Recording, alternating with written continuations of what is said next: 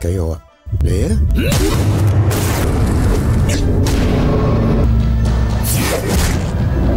ব্যাং মানব এক dangerous fighter, যাকে আজ পর্যন্ত কোনো কুংফু মাস্টার হারাতে পারেনি।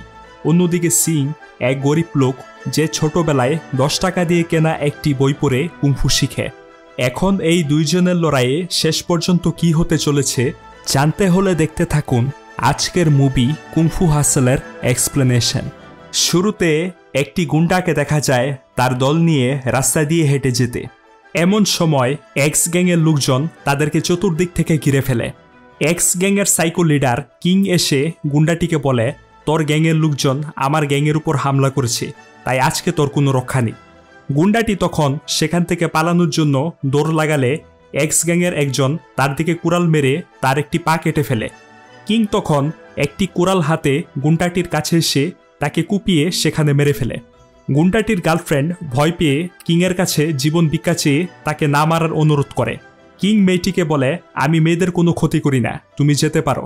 মেয়েটি যখনই ঘুরে সেখান থেকে চলে যাবে তখনই কিং একটা শটগান দিয়ে গুলি করে মেয়েটিকেও মেরে ফেলে ও আনন্দে নাচতে থাকে। পরের দৃশ্যে আমরা পিক্সটে নামের একটি ঘনবসতিপূর্ণ বস্তি দেখতে পাই, যেখানকার বস্তিবাসীদের তাদের দৈনন্দিন কাজে ব্যস্ত থাকতে দেখা যায়। এদিকে সিং ও বং বাও নামের একটি ছেলের সেলুনে আসে। সিং তখন বাওকে তার বন্ধু বংয়ের চুল ছেটে দিতে বলে।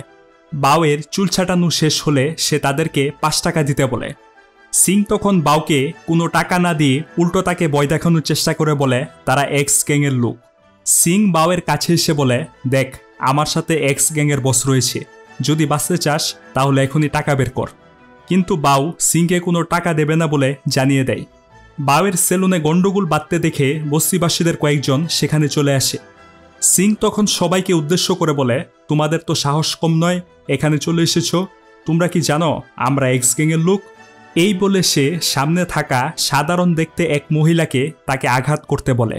মহিলাটি সিংয়ের কথা মতো তার পেটে একটা ঘুষি মারে, যার ফলে তার একটি দাঁত ভেঙে যায়। এরপর সিং আরও 3 জনকে তার সাথে লড়াইয়ের জন্য ডাকে, যাদের মধ্যে একজন অস্বাভাবিক লম্বা লোক, একজন বুড়ো বডি বিল্ডার ও সবশেষে এক বডি বিল্ডার বাচ্চা ছেলে বেরিয়ে আসে। বিপদ আন্দাজ করতে পেরে সিং সেখান থেকে পোল্টি মারার চেষ্টা করলে বস্তির মালিক লিং এসে সিংকে চড় মারতে থাকে।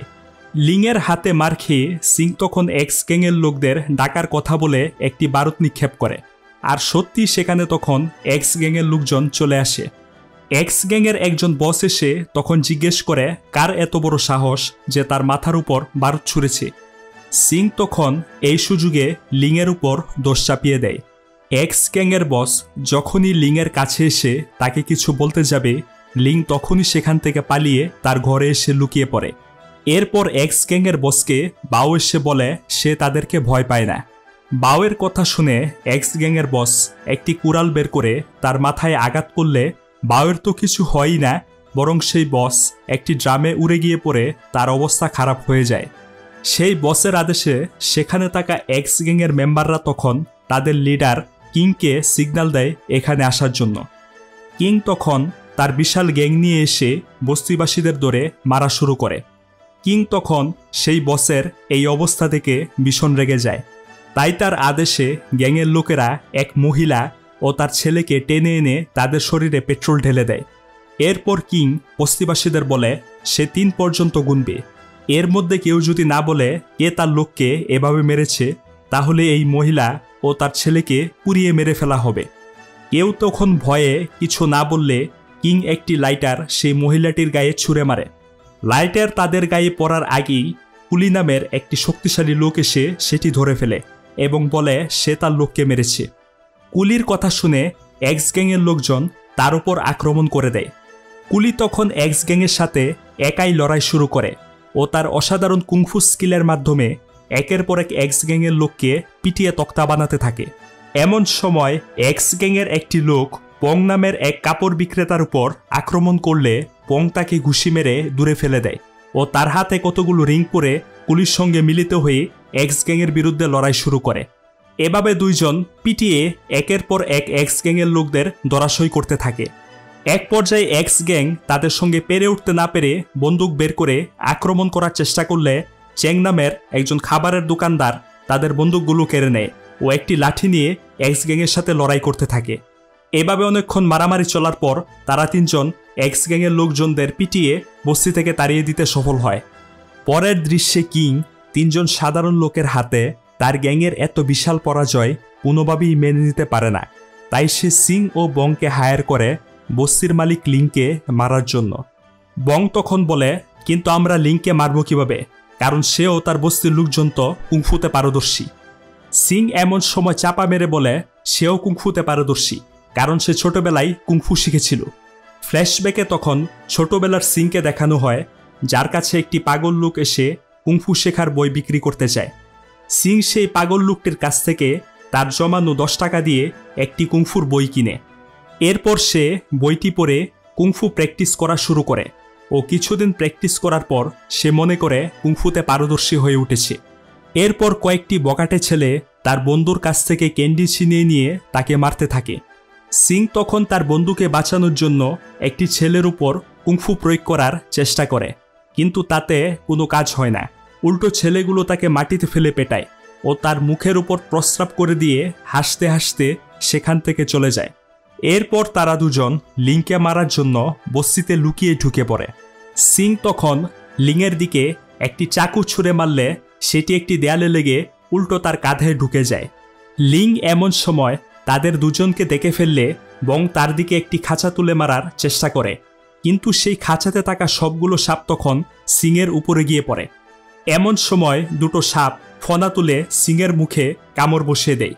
সিং সাপ দুটোকে তার মুখ থেকে সরালে দেখে লিং তাদেরকে ধরতে আসছে, তাই তারা সেখান থেকে পালিয়ে যায়। লিং তখন সিংয়ের পেছনে বাতাসের গতিতে দৌড়ায় তাকে ধরার জন্য। সিং তার হাত থেকে বাঁচার জন্য একই গতিতে সামনে দৌড়াতে থাকে। এমন সময় তাদের সামনে একটি গাড়ি চলে আসলে সিং সেটি নিচ দিয়ে চলে যায়, আর লিং একটি বিলবোর্ডে ছিটকে গিয়ে পড়লে সিং সেই সুযোগে সেখান থেকে পালিয়ে যায়। এদিকে কিং 2 গুন্ডাকে হায়ার করে লিং সহ বস্তির বাকি কুংফু মাস্টারদের মারার জন্য। সেই রাতে কুলি রাস্তা দিয়ে যাওয়ার সময় কিংয়ের ভাড়া করা গুন্ডার একজনকে বসে বাদ্যযন্ত্র বাজাতে দেখে। কুলি তাকে স্বাভাবিক লোক ভেবে হাঁটতে থাকলে সেই গুন্ডাটি ধারালো একটি অস্ত্র ছুঁড়ে কুলি কিছু বুঝে ওঠার আগেই তাকে মেরে ফেলে। অন্যদিকে আরেকটি গুন্ডা পংয়ের দোকানে ঢুকে তাকে আক্রমণ করে। পং তখন তার ফাইটিং রিংগুলো পরে গুন্ডাটির সাথে মারামারি শুরু করে। এক পর্যায়ে তারা দুজন দোকানের বাইরে চলে আসে। অন্য গুন্ডাটি তখন তার বাদ্যযন্ত্র থেকে শব্দের মাধ্যমে পংয়ের উপর আক্রমণ করে, যেটির আক্রমণ থেকে পং অল্পের জন্য বেঁচে যায়। এরপর গুন্ডারা পংয়ের দিকে একটি ছুরি নিক্ষেপ করে, যেটির আঘাতে পংয়ের ফাইটিং রিংগুলো ভেঙে যায়। তাদের মধ্যে লড়াই চলতে থাকলে বস্তিবাসীরা ভয়ে ঘরের মধ্যে লুকিয়ে পড়ে। এক পর্যায়ে পংকে গুন্ডাগুলো মাটিতে ফেলে যখনই মারতে যাবে চ্যাং সামনে এসে পংকে বাঁচিয়ে ফেলে। গুন্ডা দুটি তখন একসাথে চ্যাংয়ের ওপর আক্রমণ করে। চ্যাং তার বর্ষার সাহায্যে গুন্ডাগুলোর ছোড়া অস্ত্রগুলো তখন প্রতিরোধ করতে থাকে। এভাবে লড়াই করতে করতে সে যখনই গুন্ডাগুলোর সামনে চলে আসে, গুন্ডারা পংকে আঘাত করে দূরে সরিয়ে দেয় ও তাকে মারার জন্য আবার অস্ত্র ছুঁড়ে, কিন্তু চ্যাংকে বাঁচাতে গিয়ে সেই অস্ত্রগুলো তখন পংয়ের শরীরে লাগে, যার কারণে সে মারাত্মক আহত হয়। এদিকে গুন্ডাগুলোর বাদ্যযন্ত্রের আওয়াজে বিরক্ত হয়ে লিং জোরে একটা চিৎকার দেয়, যার কারণে চ্যাং ও পংয়ের দিকে ছোড়া অস্ত্রগুলো তাদের শরীরে লাগে না ও গুন্ডাগুলোর বাদ্যযন্ত্রের তার খুলে যায়। গুন্ডা দুটি তখন খেপে গিয়ে তাকে মারতে গেলে লিংয়ের হাজব্যান্ড ওয়াং উপর থেকে নেমে তাদের দুজনকে ধরে ফেলে। গুন্ডারা এরপর ওয়াংকে মারতে গেলে তাদের নিজেদের আক্রমণ নিজেদের শরীরেই লাগে। তারা ওয়াংকে আবারও মারার চেষ্টা করলে ওয়াং তাদের হাত উল্টিয়ে নিচে ফেলে দেয়। এদিকে লিং আহত দুজনকে সেখান থেকে সরিয়ে ঘরে আনলে পংয়ের মৃত্যু ঘটে। অন্যদিকে ওয়াং গুন্ডা দুটোকে ঘুরিয়ে মাটিতে ছুঁড়ে ফেলে দেয়। গুন্ডারা তখন নিচ থেকে উঠে তাদের বাদ্যযন্ত্রটি পুনরায় ঠিক করে ওয়াং ও লিংকে লক্ষ্য করে শক্তিশালী আক্রমণ করে। লিং অস্ত্রগুলো তাদের কাছে পৌঁছার আগেই জোরে একটা চিৎকার দেয়, যার ফলে গুন্ডা দুটোর জামা কাপড় ছিঁড়ে তারা একদম উড়ে গিয়ে পড়ে। গুন্ডাগুলো তখন তাদের দুজনের কাছে সারেন্ডার করে কোনো মতে যান নিয়ে সেখান থেকে পালায়। এদিকে সিং কিংয়ের অর্ডারে একটি পাগলাগারদে ঢুকে বিস্ট নামের এক লোককে উদ্ধার করে গ্যাংয়ের আস্তানায় নিয়ে আসে, যাকে ডেঞ্জারাস ব্যাংমানব বলা হয়। কিংয়ের ম্যানেজার এরপর লিং ও ওয়াংকে মারার জন্য বিস্টকে বলে, বিস্ট তখন বলে তাদের পুরো গ্যাং মিলেও যদি তাকে আক্রমণ করে তাহলে তার একটি চুলও বাঁকা করতে পারবে না। বিস্টের কথা শুনে একজন গ্যাং মেম্বার তার মুখে ঘুষি মেরে বলে, দেখি তোর শরীরে জোর কত। বিস্ট তখন তার মুখে আরও জোরে ঘুষি মারতে বলে। সেই গ্যাং মেম্বার তার মুখে পরপর কয়েকটি ঘুষি মেরে পিস্তল ঠেকালে বিস্ট তার হাত থেকে ছো মেরে সেটি নিয়ে নেয়। এরপর বিস্ট তার মাথায় সেই পিস্তলটি তাক করে একটা গুলি ছুঁড়ে সেটি আঙুল দিয়ে আটকে ফেলে, যা দেখে সেখানে থাকা সবাই অবাক হয়ে যায়। এরপর বিস্ট একটা লাথি মেরে পাশের ঘরের দেয়াল ভেঙে লাফ দিয়ে এসে দেখে লিং ও ওয়াং আগে থেকেই বসে আছে। বিস্ট তখন বলে, আমার কি সৌভাগ্য, আজ দুজন আসল কুংফু মাস্টারকে পেয়েছি। কিং তখন তাদের দুজনকে বলে, আজকে তোরা এখান থেকে যান নিয়ে কোনোভাবেই যেতে পারবি না। লিং কিংকে একটা বড় ঘন্টা দেখিয়ে বলে, তুই কি ভেবেছিস আমরা কোনো প্রস্তুতি ছাড়াই এখানে চলে এসেছি? লিং ও ওয়াং তখন বিস্টের মুখে লাথি মেরে তাকে আক্রমণ করে, কিন্তু এতে তার কিছুই হয় না। তারা দুজন আবারও লাফ দিয়ে বিস্টকে মারতে আসলে বিস্ট তাদেরকে লাথি মেরে ফেলে দেয়। এক পর্যায়ে সে ওয়াংকে ঘুষি মেরে আহত করে ফেলে, আর তখনই তার পেছন থেকে লিং এসে বিস্টকে চিৎকার দিয়ে আক্রমণ করে, কিন্তু এতে বিস্টের তেমন কিছুই হয় না। এভাবে বিস্টের সাথে তাদের দুজনের অনেকক্ষণ লড়াই চলতে থাকে, কিন্তু তারা তাকে কোনোভাবেই ঘায়েল করতে পারে না। এক সময় বিস্টের আঘাতে তারা দুজন সেই ঘণ্টাটির কাছে এসে পড়ে। লিং তখন সেই ঘণ্টাটির মাধ্যমে বিস্টকে আক্রমণ করার চেষ্টা করলে বিস্ট এসে তাতে বাধা দেওয়ার চেষ্টা করে, কিন্তু ওয়াং লিংয়ের কাছ থেকে তাকে দূরে সরালে লিং আর এক মুহূর্ত দেরি না করে ঘণ্টাটির মাধ্যমে তার সমস্ত শক্তি প্রয়োগ করে আবারও চিৎকার দেয়। ঘণ্টাটির কারণে লিংয়ের চিৎকার এমন ভয়ঙ্কর আওয়াজ তুলে যে বিস্ট সহ সেখানে থাকা সকলে টর্নেডোর মতো উড়ে গিয়ে পড়ে। লিংয়ের এই চিৎকারের আক্রমণের ফলে বিস্টের মুখ দিয়ে রক্ত বের হয়ে যায় ও সে বুঝতে পারে আর একটা চিৎকার দিলেই তার খেল খতম। লিং এবার বিস্টের একেবারে সামনে এসে আবারও ঘণ্টা দিয়ে চিৎকার দিতে গেলে সে দুজনের কাছে সারেন্ডার হওয়ার অভিনয় করে। তারা দুজন তখন ঘণ্টাটি নামালে এই সুযোগে বিস্ট তাদেরকে আক্রমণ করে নিচে ফেলে দেয়। কিং তখন সিংয়ের হাতে একটা তক্তা দিয়ে লিং ও ওয়াংয়ের মাথায় আঘাত করতে বলে, কিন্তু সিংয়ের এই কাজটি ভুল মনে হয়, তাই সে উল্টো কিংয়ের মাথায় আঘাত করে তার মাথা ফাটিয়ে ফেলে। এরপর কিং বিস্টের মাথায় জোরে একটা বাড়ি দেয়, যার ফলে বিস্ট সিংয়ের উপর প্রচণ্ড রেগে যায়। এরপর সে সিংয়ের কাছে এসে তার হৃৎপিণ্ড বরাবর জোরে একটা ঘুষি মারে ও তাকে নিচে ফেলে সিংয়ের মুখে আরও একটা ঘুষি মেরে একদম ফ্লোরের সাথে পিষে ফেলে। এরপর বিস্ট সিংয়ের মুখে পরপর আরও কয়েকটি ঘুষি মারে। সে যখনই উঠে লিং ও ওয়াংকে খুঁজতে যাবে, তারা দুজন সিংকে কাঁধে তুলে সেখান থেকে পালিয়ে যায়। কিং তখন চেঁচামেচি শুরু করলে বিস্ট রেগে গিয়ে কিংয়ের ঘাট থেকে মাথা ঘুরিয়ে তাকে মেরে ফেলে ও বস্তিতে গ্যাংয়ের লোকজন নিয়ে চলে আসে তাদেরকে মারার জন্য। এদিকে লিং ও ওয়াং তাদের চিকিৎসার মাধ্যমে সিংকে সুস্থ করার চেষ্টা করতে থাকে এবং তারা লক্ষ্য করে সিংয়ের বডি খুবই দ্রুত সুস্থ হচ্ছে ও তার মধ্যে কুংফু মাস্টারের শক্তি চলে এসেছে।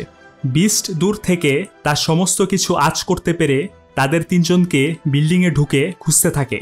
এদিকে সিং বিস্ট ও গ্যাংয়ের লোকজনের সাথে লড়াই করার জন্য প্রস্তুত হয়। গ্যাংয়ের লোকজন দল বেঁধে সিংকে আক্রমণ করলে সিং তার কুংফুর মাধ্যমে গ্যাংয়ের লোকদের পেটাতে থাকে। এক পর্যায়ে অনেকগুলো গ্যাং দৌড়ে এসে সিংকে আক্রমণ করতে গেলে সিং লাথি মেরে তাদের পা চ্যাপ্টা বানিয়ে দেয়। এরপর সিং একের পর এক গ্যাংয়ের লোকদের পিটিয়ে ধরাশয়ী করতে থাকে এবং অবশেষে বিস্টের সামনে চলে আসে। বিস্ট তখন কিছু বলতে যাবে তার আগেই সিং তার মুখে একটা ঘুষি মেরে বিস্টকে শূন্যে তুলে আবারও একটা অস্থির লাথি মেরে নিচে ফেলে দেয়। বিস্ট নিচে পড়লে তাদের দুজনের মধ্যে আসল মারামারি শুরু হয় ও এক পর্যায়ে সিং বিস্টের পায়ে পাড়া দিয়ে চ্যাপ্টা বানিয়ে ফেলে। এতে বিস্ট খেপে গিয়ে আক্রমণ করলে সিং তাকে ঘুষি মেরে দূরে ফেলে দেয়। বিস্ট তখন তার আসল শক্তি দেখায়, অর্থাৎ ব্যাঙের মতো লাফ দিয়ে এসে সিংকে আক্রমণ করে। এরপর সে আবারও ব্যাঙের মতো মুখ ফুলিয়ে আক্রমণ করতে প্রস্তুত হয়। সিং তখন বিল্ডিং দিয়ে দৌড়ে আসতে থাকলে বিস্ট আবারও ব্যাঙের মতো ঝাঁপিয়ে বিল্ডিং ভেঙে ভিতরে ঢুকে যায় ও বিল্ডিং থেকে বেরিয়ে সিংকে আক্রমণ করতে গেলে সিং ভাঙা পাথরের টুকরোগুলোতে লাথি দিয়ে ভেতরে নিক্ষেপ করে। হঠাৎ সে নিচের দিকে তাকিয়ে বিস্টকে দেখতে পায়।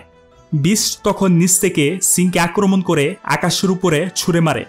সিং অনেক উঁচুতে উঠে একটা জায়গায় এসে থামে ও তারপর সে অসম্ভব স্পিডে বিস্টকে আক্রমণ করার জন্য নামতে থাকে।